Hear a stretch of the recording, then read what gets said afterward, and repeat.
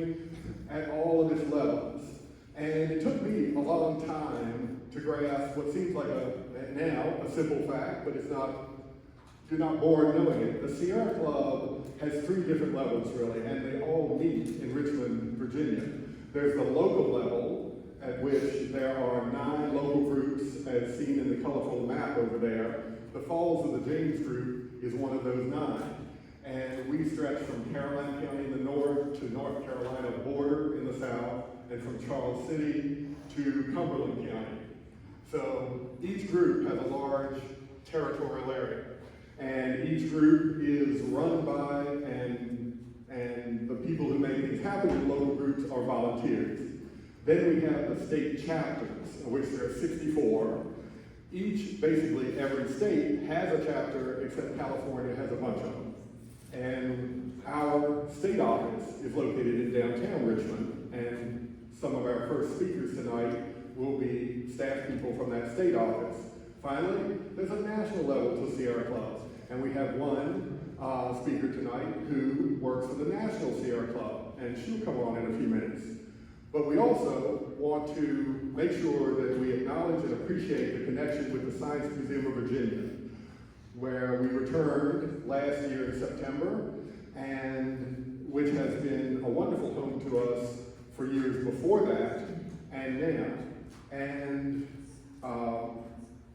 there is a great team of people here at the Science Museum, including Jared Strauderman, Karen McKenzie, who work with volunteers, Tyler Holtzman, who does the plants and the outdoor gardens, Stephen Wolford, who helps us with the programs, and especially the person who came to us at the Earth Day event here 2 years ago and said, it really is a natural partnership for Sierra Club and the Science Museum to be together. She's our first speaker tonight, Jamie Holmkin. Please welcome.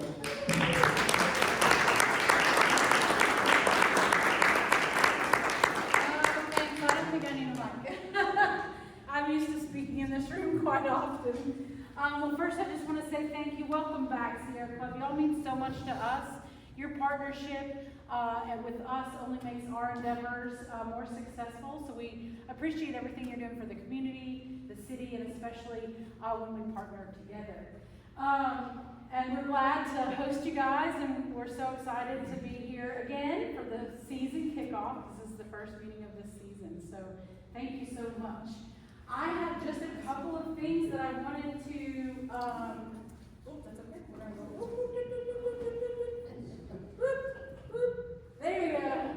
I have just a couple of things that I wanted to share with you guys because this is something that we're super passionate about, and we know that y'all are super passionate about, and this is new information, right? Like, so we've only given it to Chamber RPA.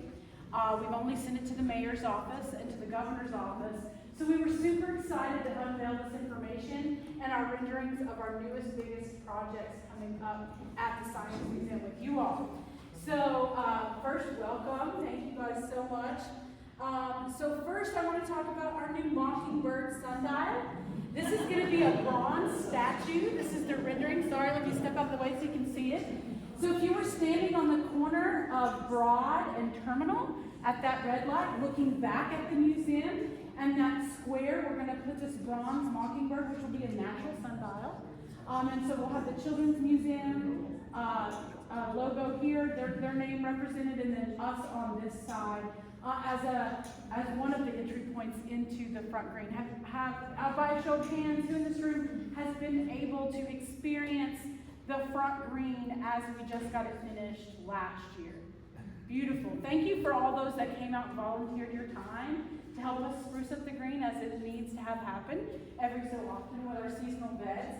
But we're excited about this all bronze statue. It's almost, the mold is completed, and they're in the process of forming the bronze statue now with the mold. So we're expecting that in the next year, and we're really excited to have that come. The next is the east green. So we have our front green that runs parallel to Broad.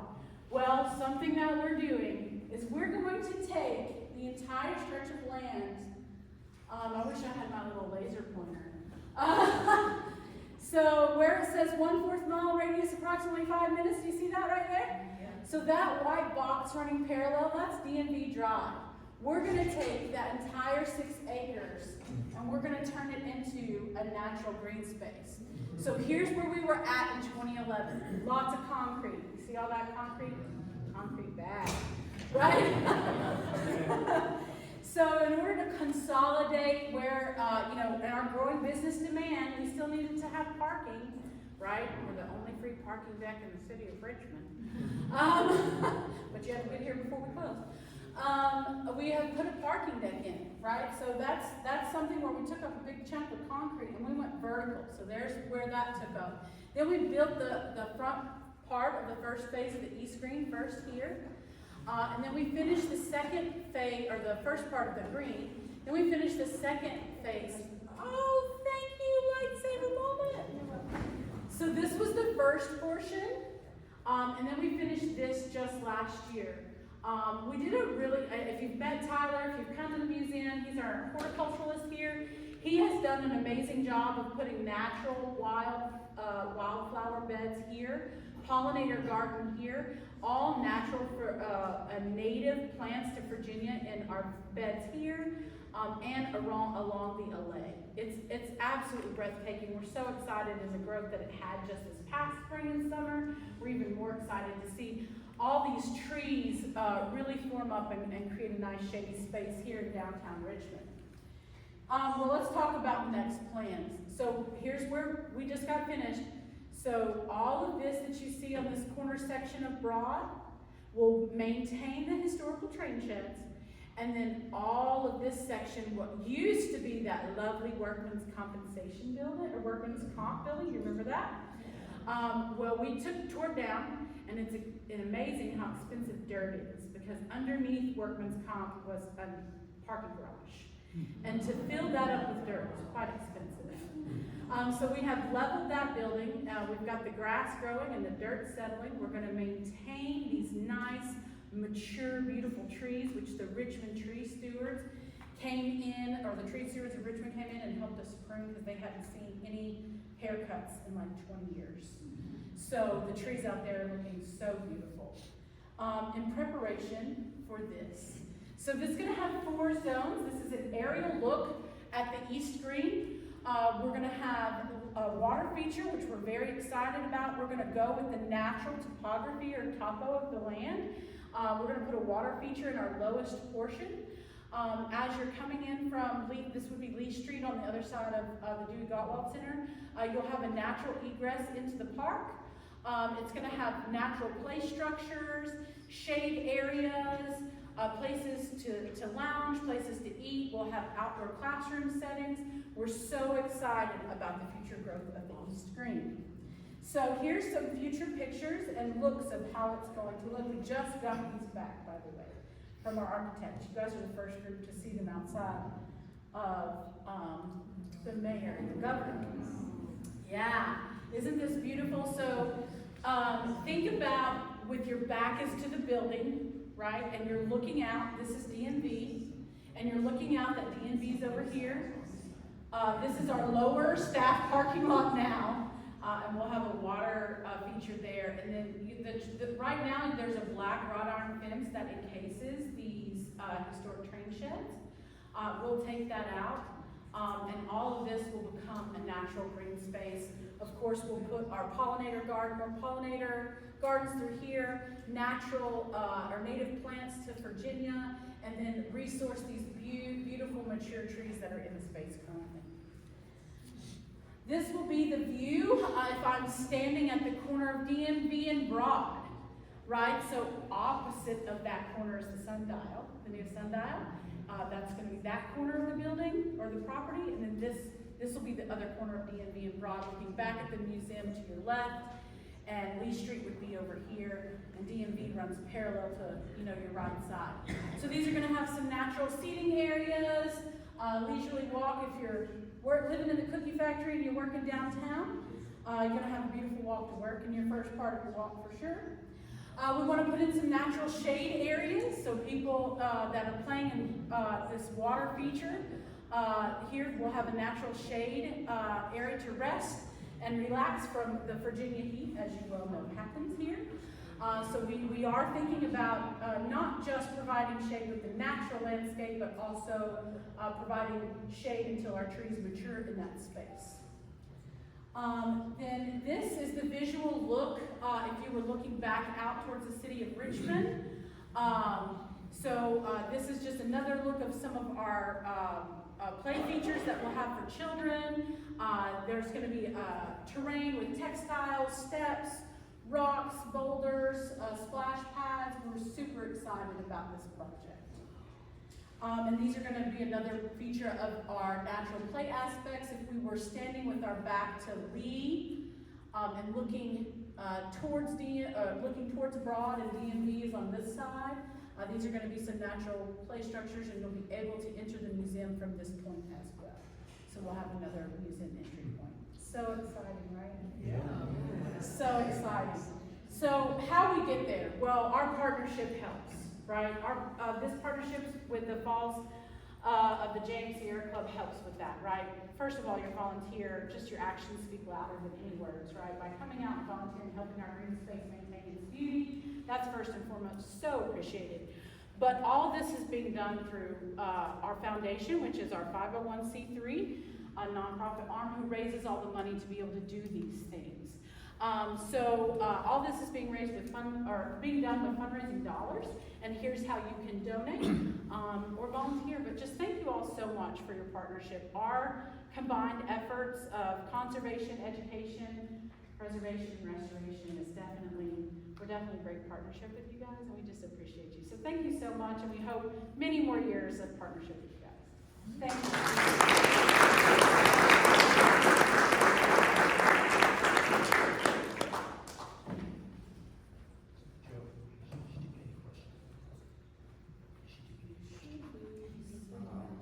Oh yeah, you guys want me to have any questions? Yeah. I love questions, yes.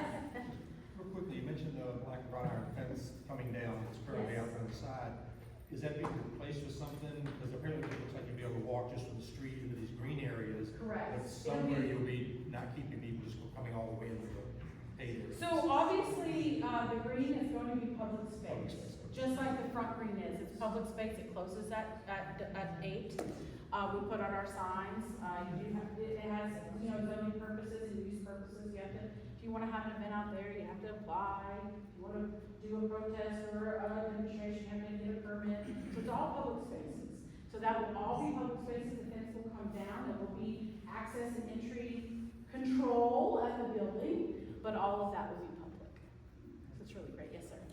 Is that area over here to the left toward the front of the dome, is that going to be the restaurant? That is going to be the plans for the restaurants. New Market, we call it New Market Plaza, which is just out here as you come in from the deck.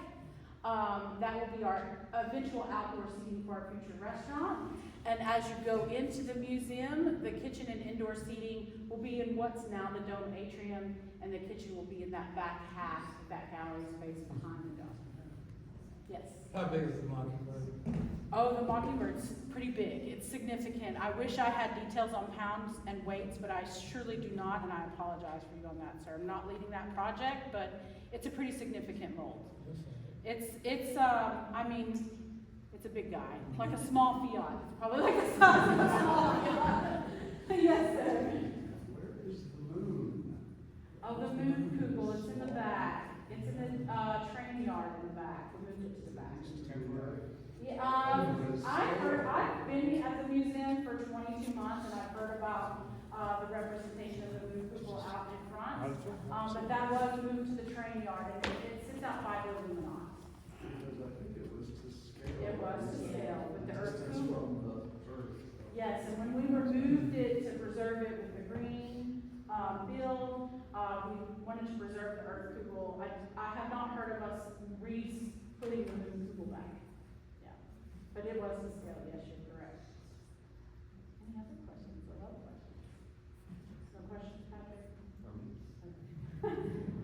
All right. Well, thank you all so much for allowing me to share what we're upcoming, and hopefully can partner with you guys to advance forward. So thanks so much. Have a great day.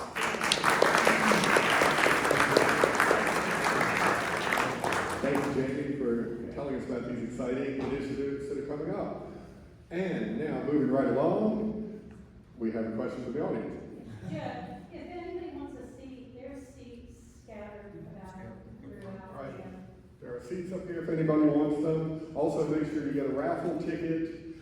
If you don't have a raffle ticket, raise your hand and someone will bring you one for a gift later.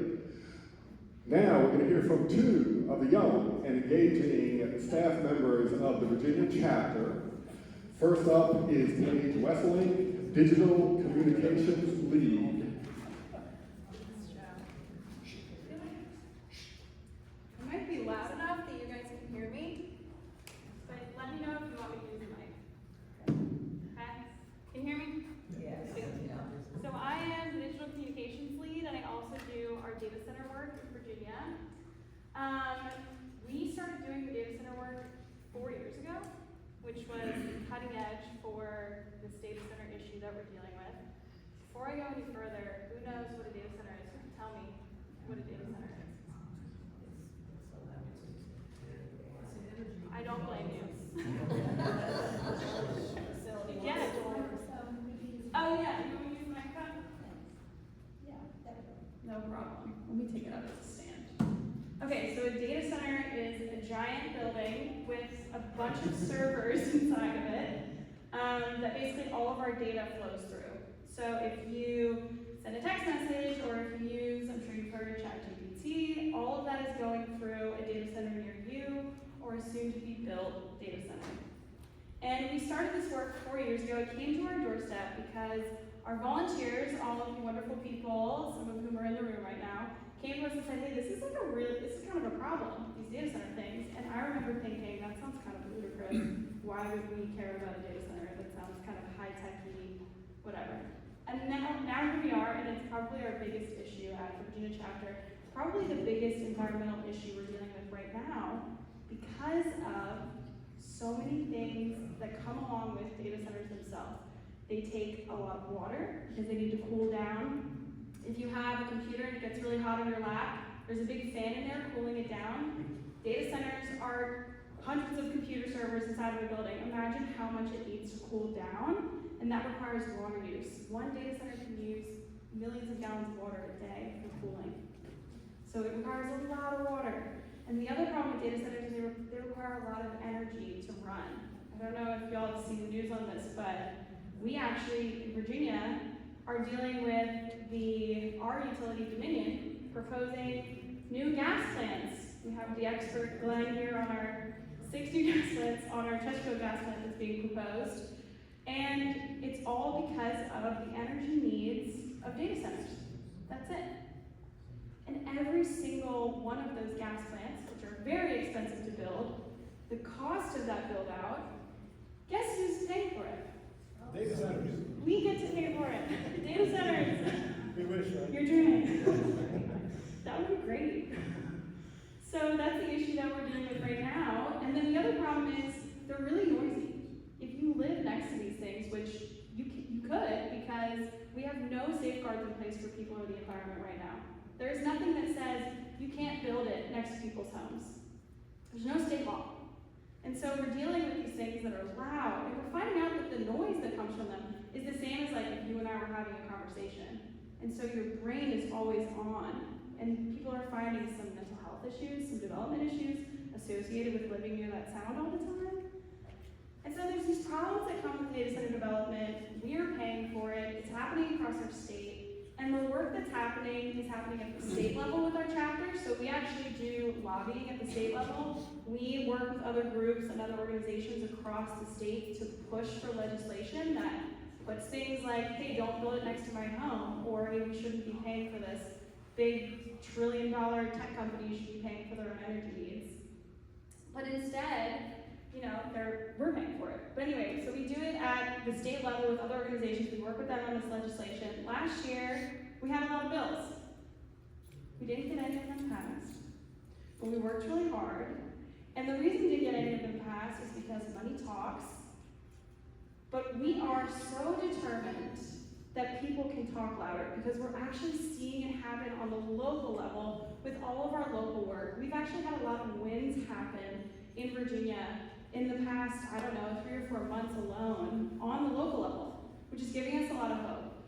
And what's happening is people are going into their community, they're saying, we don't want this thing to their board of supervisors, to their local officials, and they're actually listening. And they're saying, you know what, you developer that's from Ohio, we're not gonna say yes to your application.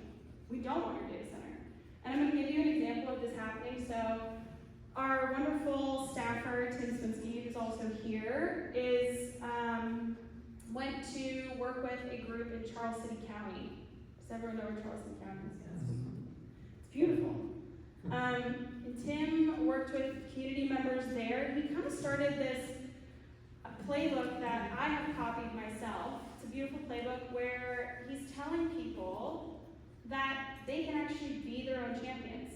He's going into communities and saying, you actually don't need to be an expert to fight a project in your neighborhood. You don't have to know that a data center is 95 gigawatts, and you don't have to know that it's going to use 650,000 gallons of water a day. You don't have to know that it's this many decibels of sound. All of that stuff probably sounded like nothing to a lot of you. You don't have to know any of that, because the people who represent you, the only thing that they need to hear are your values, your story, what matters most to you. We're actually seeing that win these local battles. So Tim worked with this community in Charles City County. They were incredible.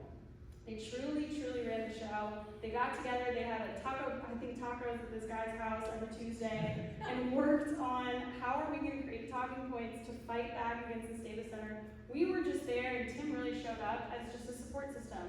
We're an expert on comms, communications, and so we help with talking points.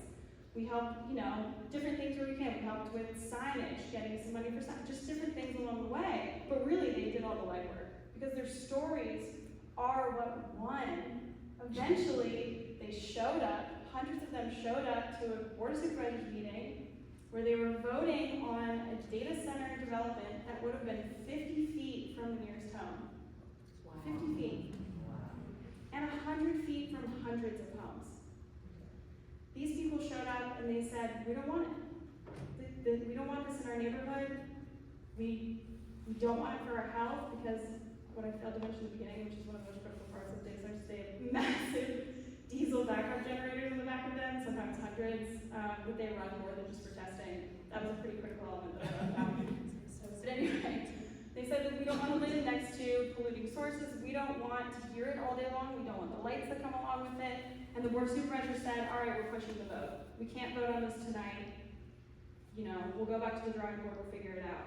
This developer was so scared of those people and the stories that they brought forward that they pulled their application and said, we're not going to do this because we don't think we can win.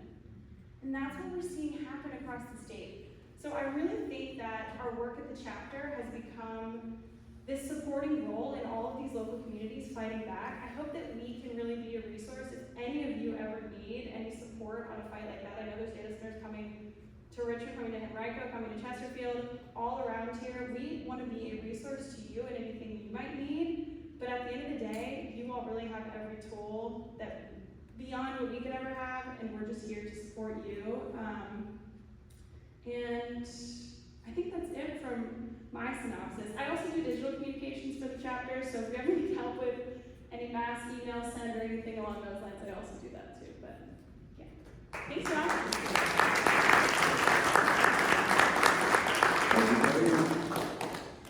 And next up, the chapter communications director, Mr. Tim Swinsky.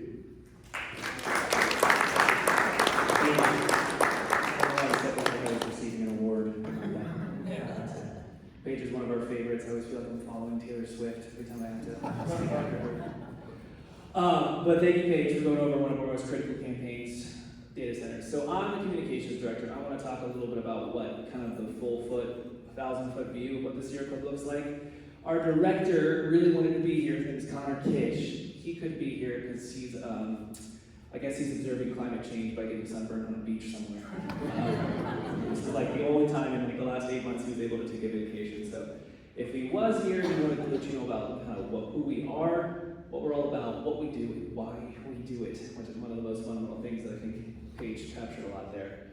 So what are we? You all probably heard us a little bit about it. Sierra Club City chapter. We're part of the largest, oldest and biggest grassroots environmental organization in the history of the United States. It's pretty cool.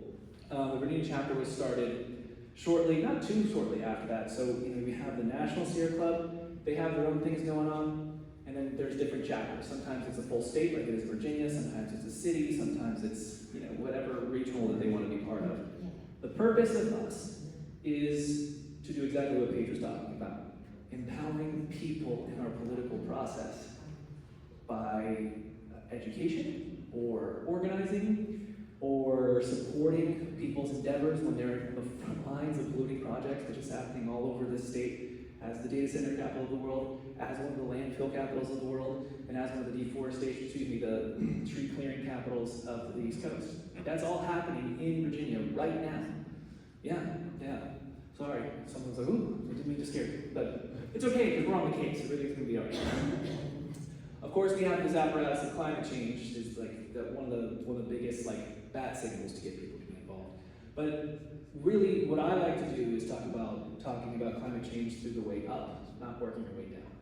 Because all of these things have massive impacts on people's lives and livelihoods right now. Not 20 minutes down the road, they're trying to build this massive gas plant that's going to be a natural gas plant that some of our supporters and volunteers have been fighting for the last year and a half. And if they build that will destroy people's lives and livelihoods right now, and then they'll have to pay for it by raising their electric bills. They're going to put it in an area that's public land or near public land, and this place had already dealt with 80 years of coal pollution, 80 years before that finally got to retire. And now they want to pollute Chesterfield twice. And the company behind that is one of the biggest donors to both political parties. We're not Dominion Energy, yeah, let's just say that. I'm worried they're like the boogeyman if I say it too many times. They're just going to show up and raise my electric bill some more. But at the end of the day, they're always going to have more money than us. And unfortunately, our environment and the status of these things are intertwined with our politics. And we cannot expect our politicians to act in accordance unless we hold them accountable, unless we tell them that you represent us too. Want to know why? Because we pay taxes too. We contribute to our economy and our communities and our society too. So we deserve a voice in this. But we can't expect normal, everyday people to know how to navigate the process or to have those compelling arguments or to know who to talk to at what times. That is our job, connecting you with decision makers in important moments so that we can build a brighter future for all Virginians, not just the few that have, not just the big companies, the big industry, but all of us in every community. Not the ones that have been treated like dumping grounds like in our rural areas, but everybody. That's important to us. So that's the what we do. And why do we do it? I guess maybe because it's the right thing to do.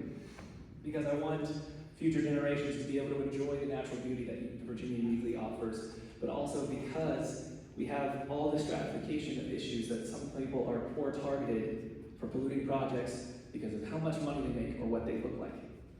It doesn't have to be that way, but it is, and it won't be that way with our small campaigns, our new models of organizing, and making sure that we're empowering all of you in any time you have a problem with the reckless developments that are going on. All the campaigns we work on kind of fall into those buckets. Right now, big tech as a parasite in Virginia's energy system and environment. We're working on that over the last 2 years. But before that, it's been a lot of the same issues that we've been experiencing for generations. Coal plants, landfills, compressor stations, pipelines, things I'm sure you've all heard of. And all of those things get pushed through because, unfortunately, our political forces, this is also a thing I should have mentioned, we're nonpartisan. And we're nonpartisan, that's great, because that means we can get mad at everybody, and we do. These issues aren't put into the Democratic bucket or the Republican bucket or the Independent bucket. These things matter to all of us and attack and impact all of us. So that's what we try to build, is we have a certain license to say, we're doing this because it's the right thing. I'm not getting paid the big bucks to be here, and the volunteers aren't getting paid anything to be at these moments and action opportunities. They're just doing it because they believe it's right. There's something very powerful about that. And how do we elevate those voices and make sure that they are speaking out at the right times, at the right moments, and always? That is what we do, and the reason we do it is because we deserve a Virginia that works for everybody. We deserve a Virginia that teaches everybody, that treats everyone with dignity, regardless of where they are, where they're located. Those issues you hear all the time on the news, like I'm our comms guy, I have a master's degree in political communications. Everything you'll see on the mainstream media is going to be geared towards negativity, because that's what sells, sensationalism sells. But Paige mentioned one win, there's another one. Has anyone ever heard of Russell County, Virginia? Okay, great. Russell, are you from there? No. Oh, you were really excited. Let's do that. Any Russell County, did anyone make the 5.5-hour trip up here? No? Russell County, Virginia is probably in the southwest, westest corner of Virginia, I would say. No? I mean, pretty close. It's right. It's certainly closer to Tennessee than North Carolina is. It's like the corner that we're right. That was a community that was a former coal mining town. That was their entire economy model. It was that. They were people who relied on that. And when the coal company said, you're no longer worth it, we're moving out of here, the economy got decimated. So as you can imagine, it's a lot of poor rural folks who are just trying to make it by. They still love their homes. Last year, or 2 years ago, that same coal company tried to build the largest private landfill in that old landmine, even though they built homes and everything around it. And we went down there, and we were the only environmental organization down there, and for the first time in these people's lives, they heard, I know that this company says that you're not smart enough, or powerful enough, or rich enough to stop them, and I'm here to tell you that you can prove them wrong. And I'll be honest with you, I wasn't sure if that was correct when I said this. But it was important to note that they didn't deserve to be alone, and they needed to know that from people like us, a grassroots organization, that we see everybody. And we want them to know that if they're going to stand and fight, we will fight with you. That's important. It's one of the most fundamental things of why we do what we do. Ultimately, fast forward, Russell County, in true fashion, had 90% of approval rating. 90% approval process of that landfill. And in the very last vote, 300 people showed up. 300 people spoke out. And the Board of Supervisors realized that they can either be on the side of the people, or they can be with the villains. And to show you how deep the villainy goes, by the way, the former director of the Department of Environmental Quality in Virginia was the consultant on that landfill. And he lost. Because those people spoke out, showed up, and said, not this time, you can just do the right thing just this time. I know it sounds corny, and I know it sounds overly optimistic, but if we fight, we can win. And an important thing that we do, and why we do it, is to remind people that they matter too, that their voice matters, that every person is important, and every action can make a difference. So if any of you aren't part of this Sierra Club yet, I hope you'll join us, because we need as much help as we can get to build this brighter future and a better tomorrow, just one that's got to be built by all of us. Thank you.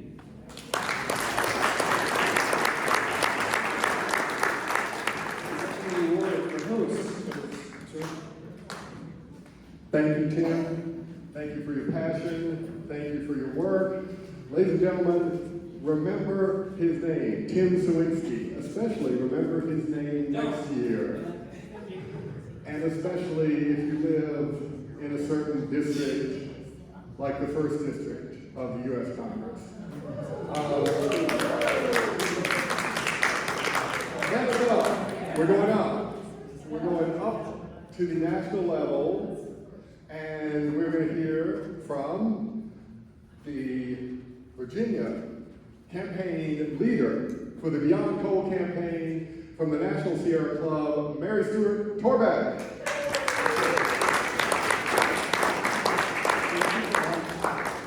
Followed Tim, that's tough. It's nice to see a lot of familiar faces. Again, Mary Stewart. And let's see, the Beyond Coal campaign. So the Beyond Coal campaign, you may have heard of it, maybe not, but it's a national campaign that informally started in 2002. By 2007, it became a national campaign and has been one of the Sierra Club's most successful campaigns to date. We've had our hands in retiring 390 coal plants across the country, with 140 to go. But obviously, that has been a great step forward in the climate movement. With that being said, since tonight's the kickoff, kind of want to do a reset and just talk about, let's see, so initially the Beyond Coal campaign really only fought coal plants. So it was like, kill the plant, on to the next thing, right? Which, after hearing from my colleagues, that's not really the best way to do the work. So over time that has transitioned. And let's see, so we now advance clean energy. That's a big piece of taking that coal offline, right? And in addition to that, the Beyond Coal campaign now actually oversees gas plant work. So I've been working very closely with Glenn Bessa on the work around Chesterfield, and we're going to hear more about all of that work from him here in a few minutes. So over time, the campaign has become much more comprehensive, but we also still have a lot of work to do. So let's see. Sorry, I just completely lost my train of thought. Glenn and I were up very late last night. But right now, the Sierra Club's going through a pretty big transition. Some of you may be aware of that, but we are in the process of changing our leadership at the national level. And that's also resulted in some changes kind of across the board. We unfortunately have seen a lot of staffing layoffs over the past few years, and that's been challenging, but want to lift up here as we kind of start a new season with the Falls of the James Group, just how important all of y'all have been to advancing this work. We've spent 4 years here defending some of the priorities of the Beyond Coal campaign, the Virginia Clean Economy Act, the Regional Greenhouse Gas Initiative, and some other components. We've got a big thing happening in November, so hope folks are paying attention to that. But as we undergo this transition, just want to lift up, as Tim and Paige mentioned, just how important all of you all are and how much we appreciate you for continuing to show up.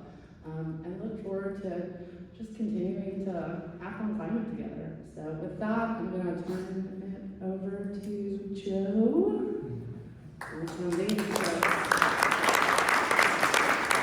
Thank you, Rachel. And with help of our crack technical team, we're moving on to the next slide. Glenn Bessa, would you come up here and help us talk about this big event that is coming up in 2 weekends, on September 21st. I'm gonna let Glenn talk about it. Glenn Bessa, longtime member of our executive committee at the group level, former chapter director, former everything in the Sierra Club, the ultimate volunteer leader.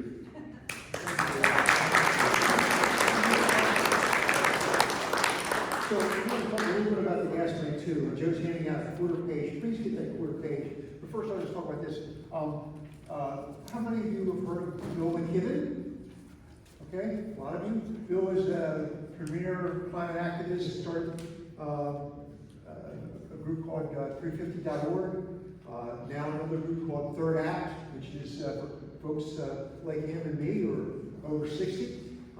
Because we really control the levers of government, and he's tapping into senior citizens to basically change the way we address climate change. So anyway, he designated.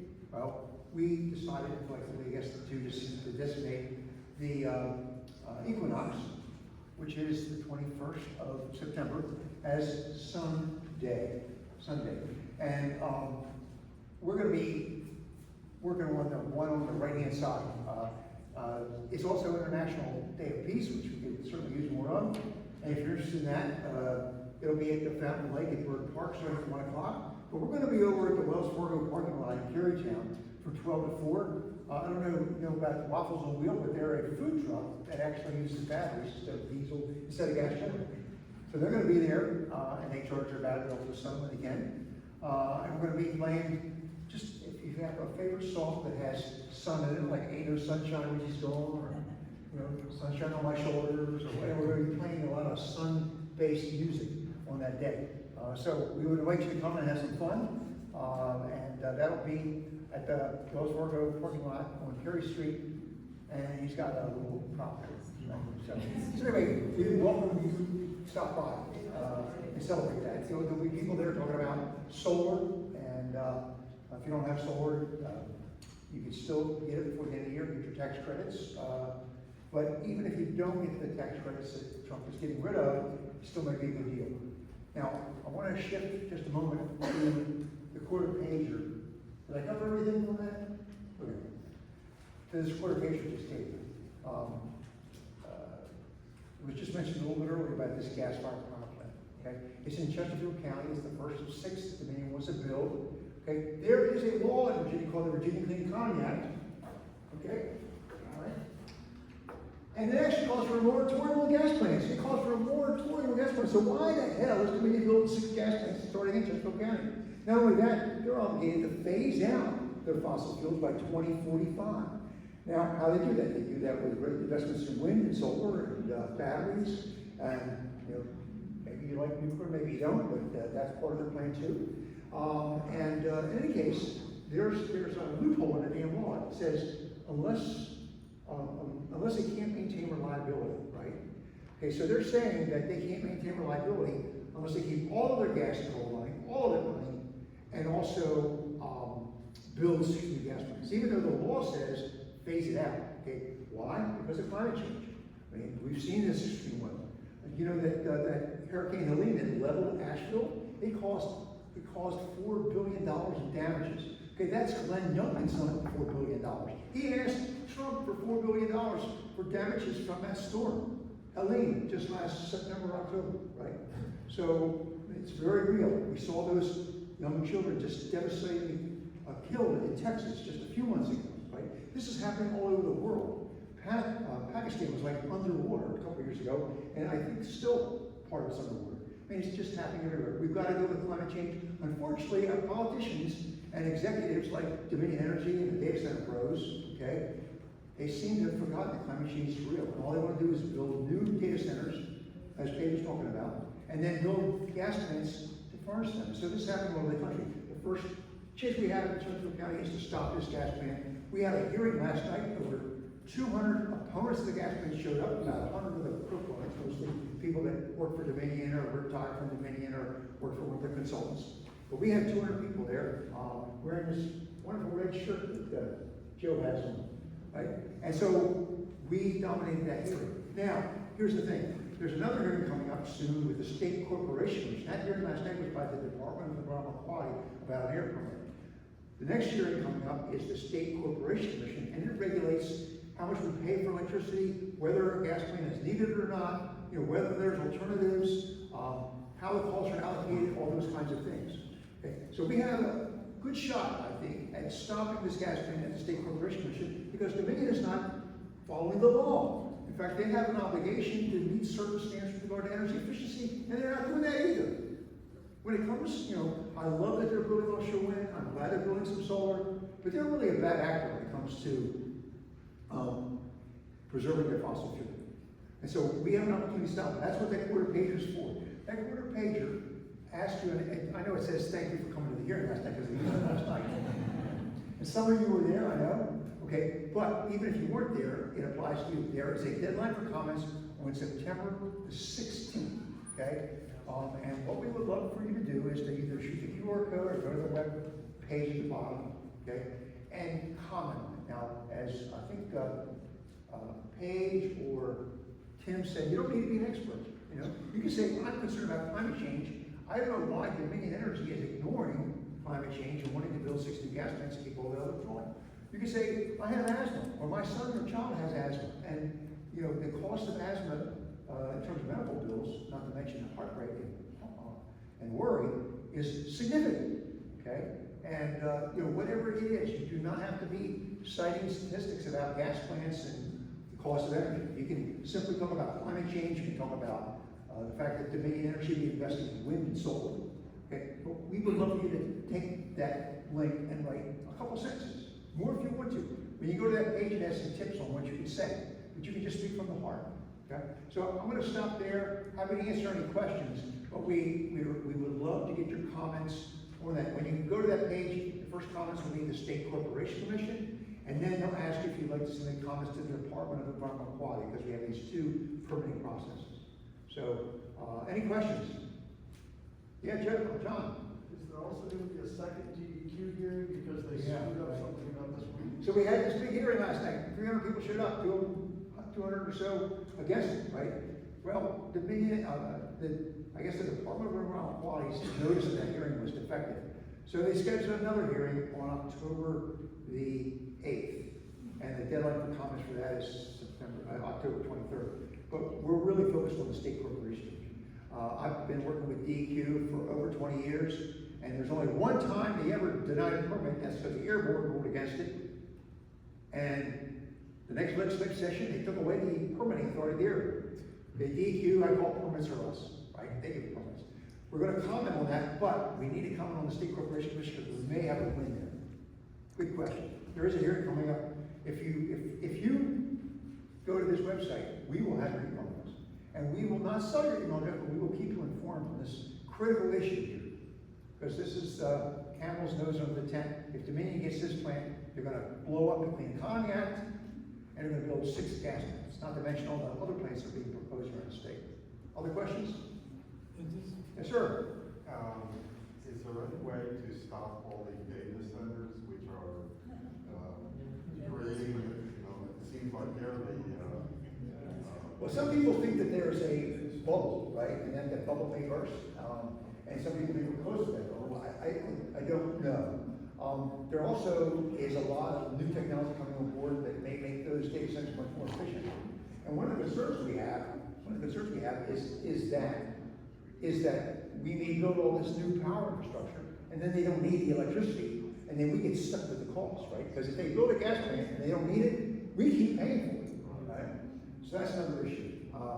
Don't know the answer to the question. Yeah, go ahead, in the back, and then you, ma'am. One thing that, 1 minute. All right. one thing I think that does help is years ago, we had an issue in Hanover County that went to build a prison. The one called prison? Yeah, prison. And what we did is, of course, we had 70 people speak at the big hearing and all that.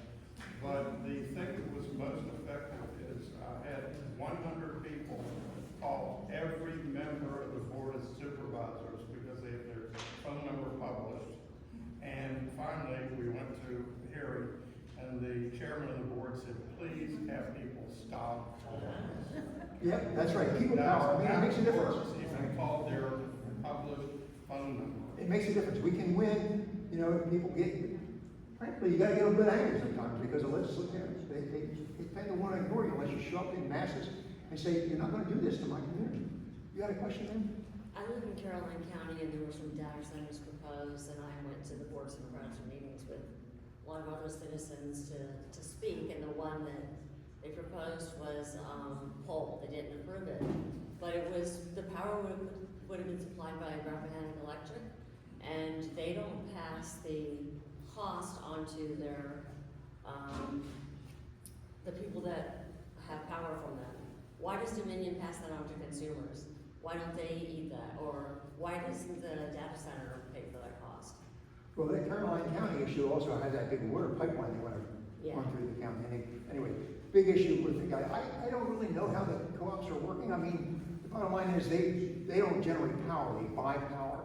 So they literally probably serving as a separate entity that buys the power for the data center and provides it to them. So you're kind of out of the loop on that. But Dominion, owns the transmission lines, they own everything. And so they literally pass the cost. They're regulated in a far different way. In fact, we have an expert on that here tonight.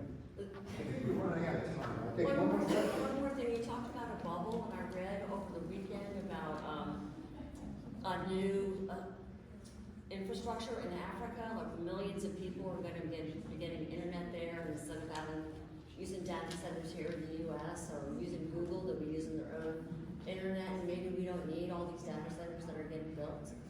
Maybe we'll find out. We don't know. That's a big issue. I think I got it. Andy here. She's taking the mic. Thanks, Lynn. Can I just say really quick?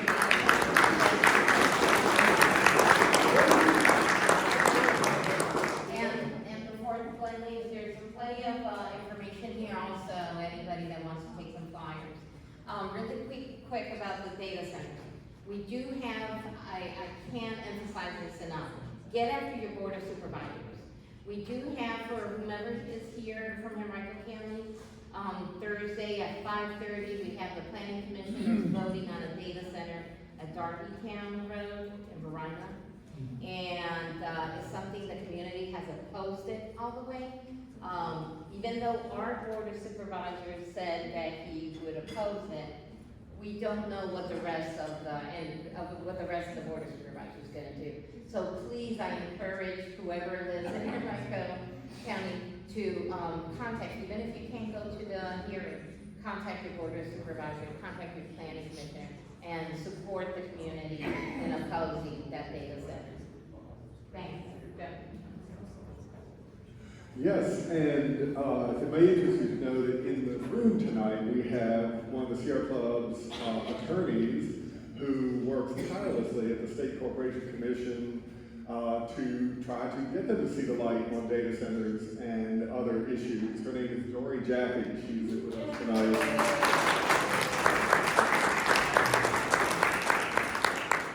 Next up, the short version of the Sierra Club's motto or mission statement is explore, enjoy, and protect the planet. So we've been talking a lot about protecting.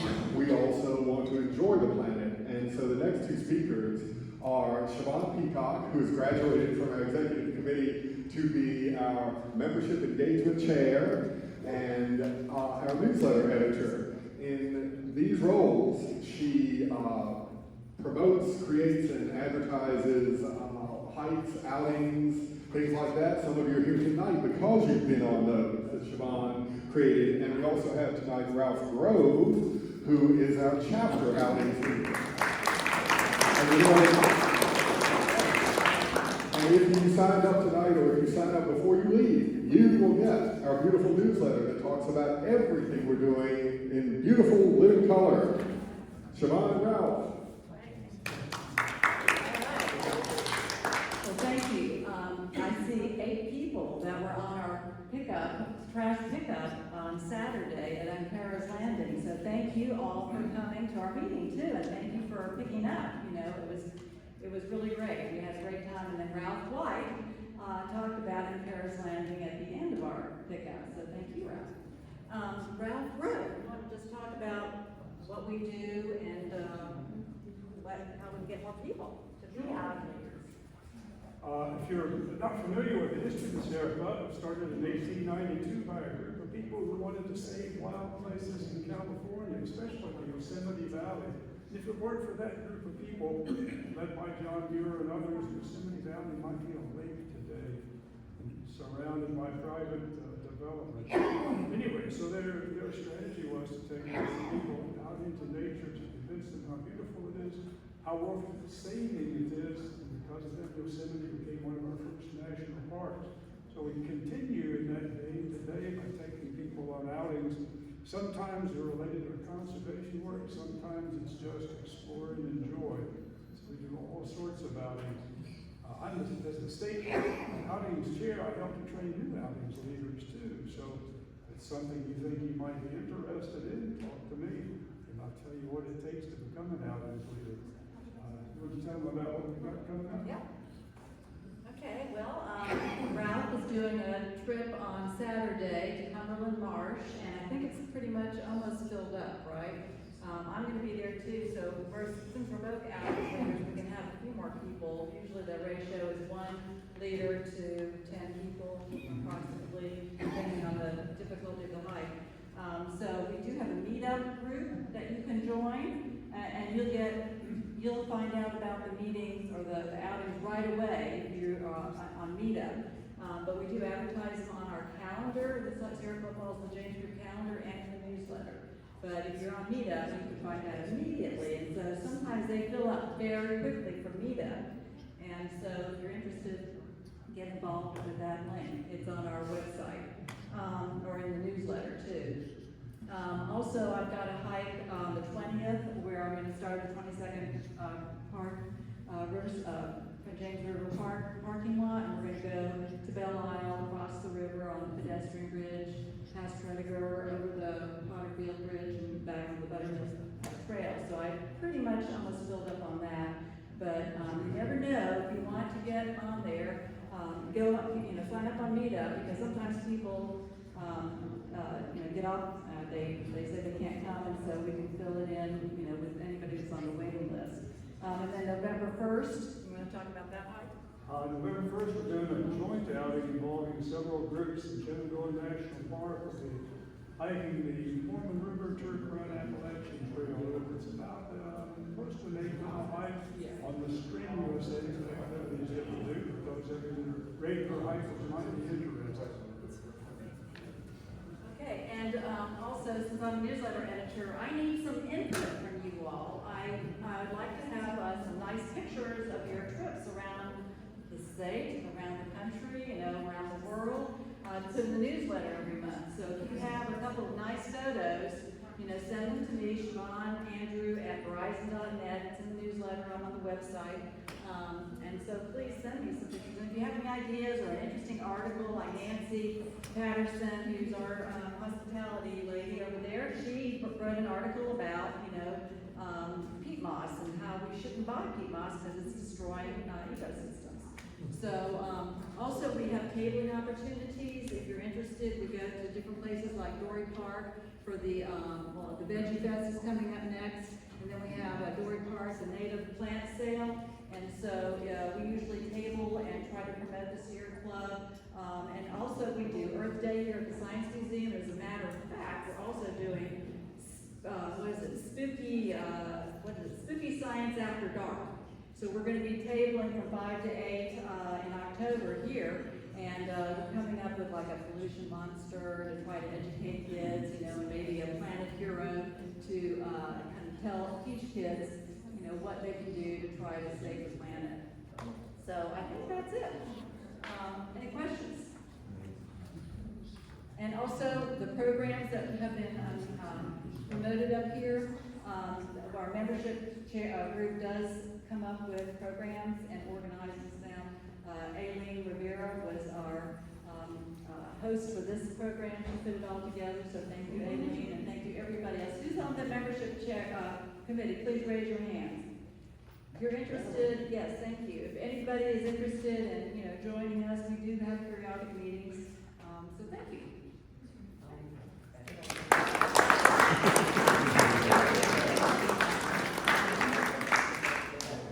Yeah, stay there. Hey. It's you and Lisa and Joe. Lisa, come on up to the front. We're going to talk now. About the big yard. Ladies and gentlemen, we're going to talk now, and we're bringing up here, we're keeping Siobhan up here because she is an instrumental part of this, but also introducing Lisa Thompson, another fantastic volunteer. Lawrence here for one of our big fundraisers, but should I go right into it? Okay, those of you who've been with our Falls of James group for a while know that every year we collaborate with the University of Richmond to have the big yard sale, which is our main fundraiser that allows us to do a lot of our programming. But it also keeps student discards, what they leave behind, out of landfills, right? Instead, we repurpose it, collect everything, get it ready for sale. Items that are not appropriate for the sale go to charities in the neighborhood, in Richmond area. So it's a real nice win-win. We get some money for programming, we are able to reuse, recycle, and we get visibility in the community, okay? It's a whole week-long activity, really, and it's a nice way to get to meet all of us, your fellow members of Falls of the James. When I say week-long, the sorting, the collecting, and then, of course, the day of the sale. Okay, so we're hoping that somebody will join us in that venture. Should I mention Melanie? I think that's probably. You don't have to work all week though. When is it? No, that's. It's gonna be so much fun. We have up to 80 people last year that volunteered for this effort. It's always So, mid-May. A few hours here, a few hours there, but up to 80 people helped us earn $10,000. Mid-May, right after student graduation, right as they move out. And we use that money for grants, distribution of funds to, worthy organizations, like we just gave $1,200 to the Friends of the James River, to help them with their we were sponsored their James Taylor concert at Allianz recently, and they earned $100,000 as a result of the ticket sales and their portion of it, in addition to, our sponsorship. So, please come and help, and also if you have any ideas for how we can, give out our money. That'd be great. Thank you. That's right, yes. So Siobhan and Lisa pretty much covered it. This is a chart we had made of donations we've been able to give to great local groups that do wonderful work. And this is primarily because of the big yard sale. It's our only fundraising event every year. These are the donations from 2012 to 2022. And our executive committee has just decided that in the next few months, we are going to give away 20 $500 donations because we are, as Siobhan said, we have done very well in the recent sales. This year was the second. I'm left to talk about the money aspect, so I look mercenary, but you know what? It's about fun and fellowship. It's about keeping stuff out of landfills, and yes, it's about fat stacks of cash. And now we're going to be able to give to 20 different organizations $500 each to support their work in Central Virginia, and we are thrilled to be able to do that.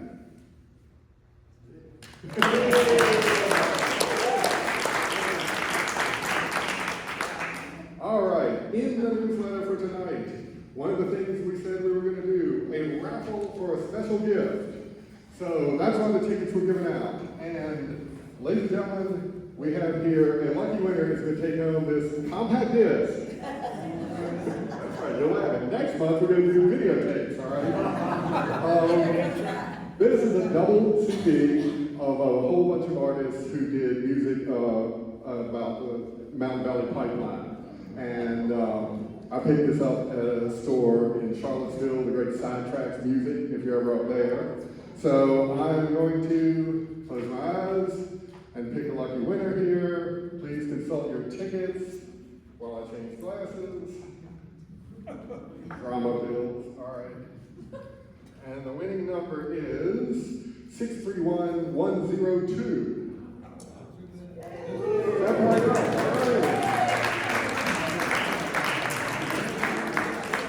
And you will not believe your luck, but as I was thinking about this, I thought maybe a compact disc doesn't really reach to the criteria of a special gift. I don't know. But so we also have tonight a beautiful book. A very lovely coffee table book donated by the Virginia chapter. Photographs from around Virginia by photographer Ben Greenberg. So we will now do a drawing for that one. And that winning number is 631110. 631-110.